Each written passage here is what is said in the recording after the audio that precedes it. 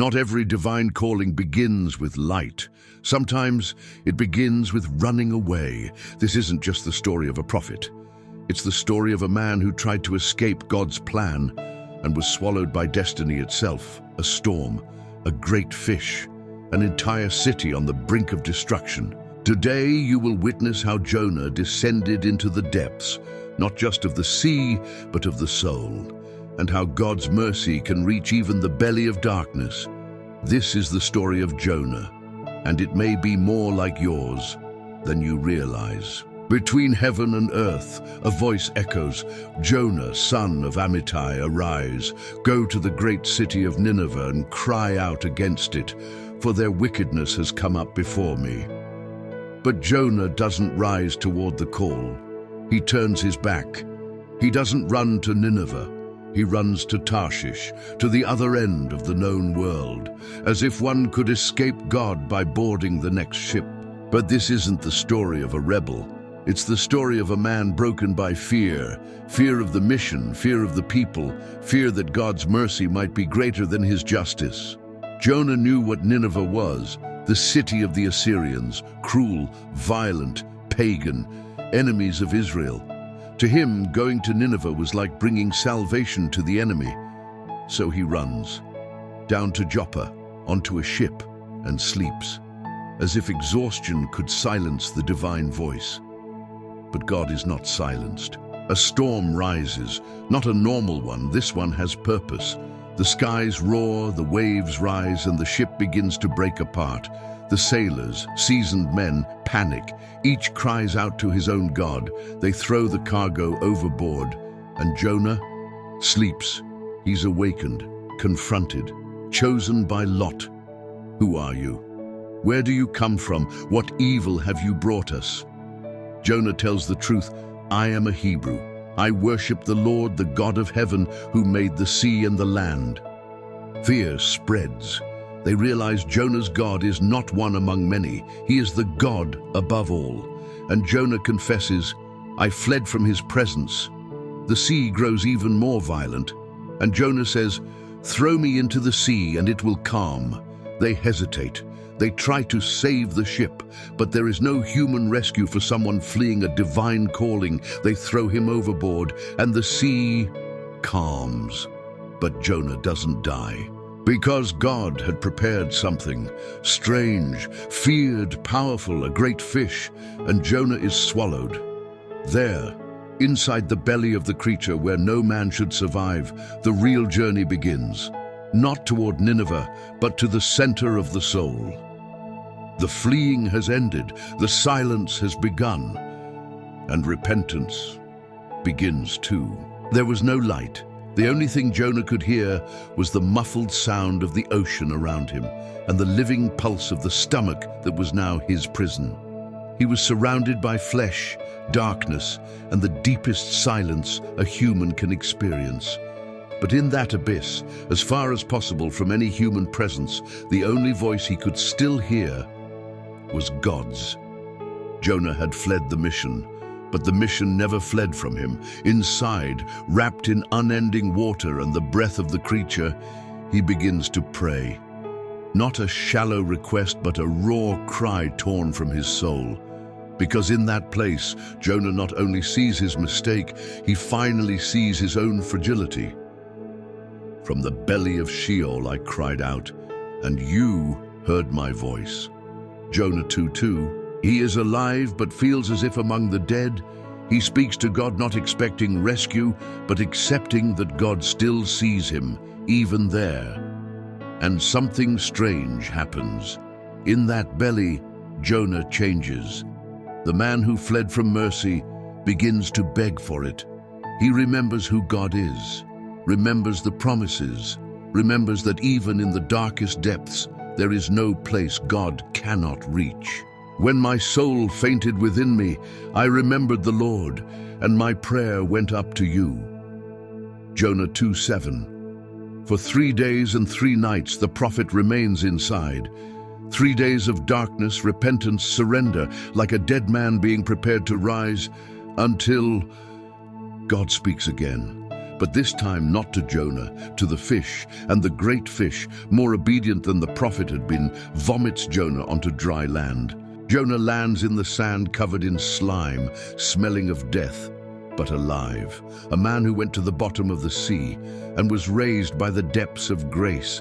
And once more he hears the voice. Arise, go to the great city of Nineveh.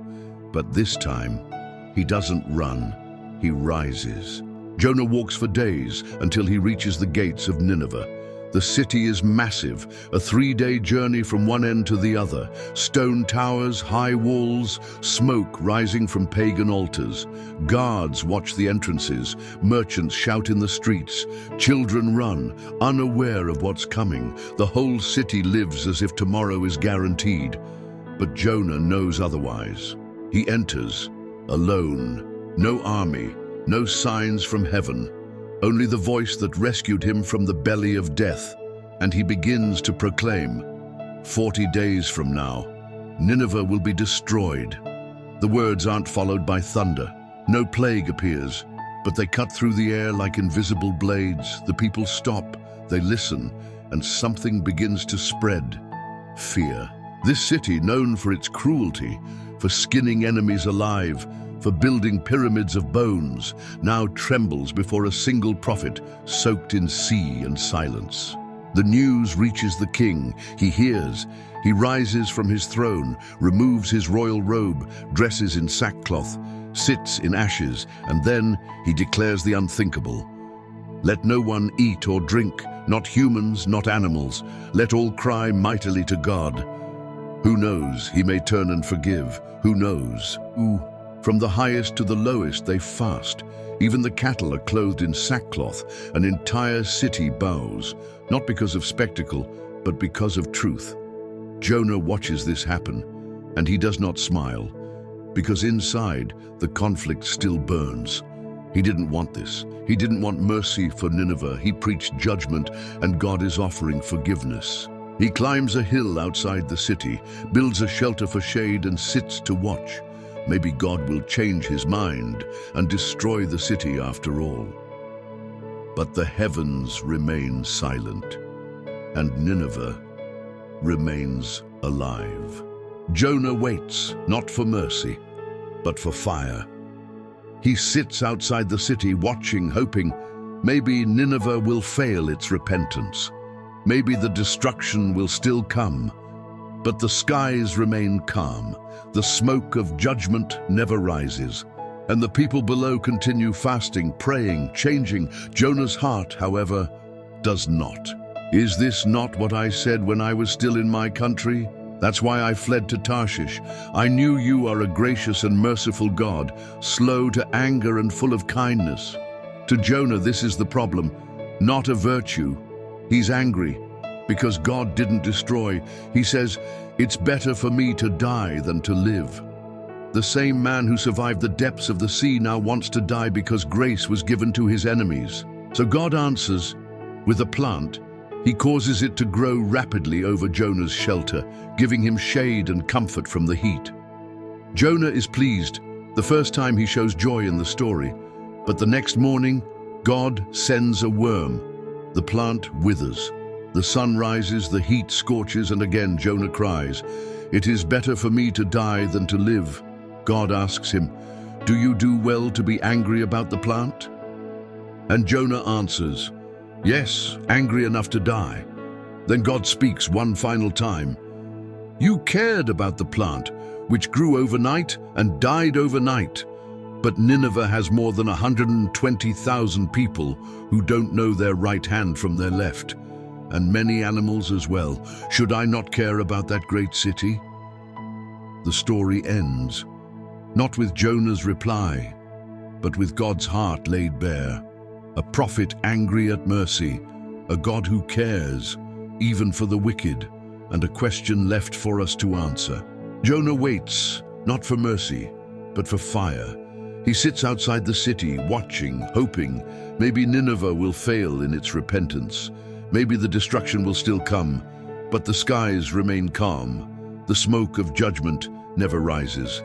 And the people continue fasting, praying, changing. Jonah's heart, however, does not. Is this not what I said when I was still in my country? That's why I fled to Tarshish.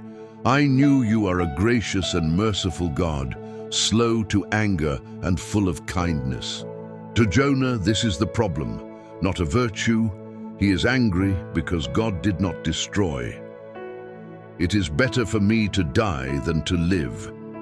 The same man who survived the depths of the sea now wants to die because grace was offered to his enemies. So God responds with a plant. He causes a plant to grow over Jonah's shelter, giving him shade and relief. Jonah is pleased, the first time he shows joy in the story. But the next morning, God sends a worm.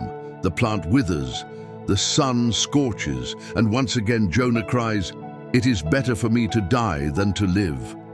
God asks, "Do you do well to be angry about the plant?" And Jonah replies, "Yes, angry enough to die." Then God speaks one final time. "You cared about the plant which you did not grow, which came up in a night and perished in a night. And should I not care about that great city of Nineveh, where more than 120,000 people live, who do not know their right hand from their left, and also many animals?" The story ends, not with Jonah's answer, but with God's heart laid bare, a prophet angry at mercy, a God who cares even for the wicked, and a question left for us to answer.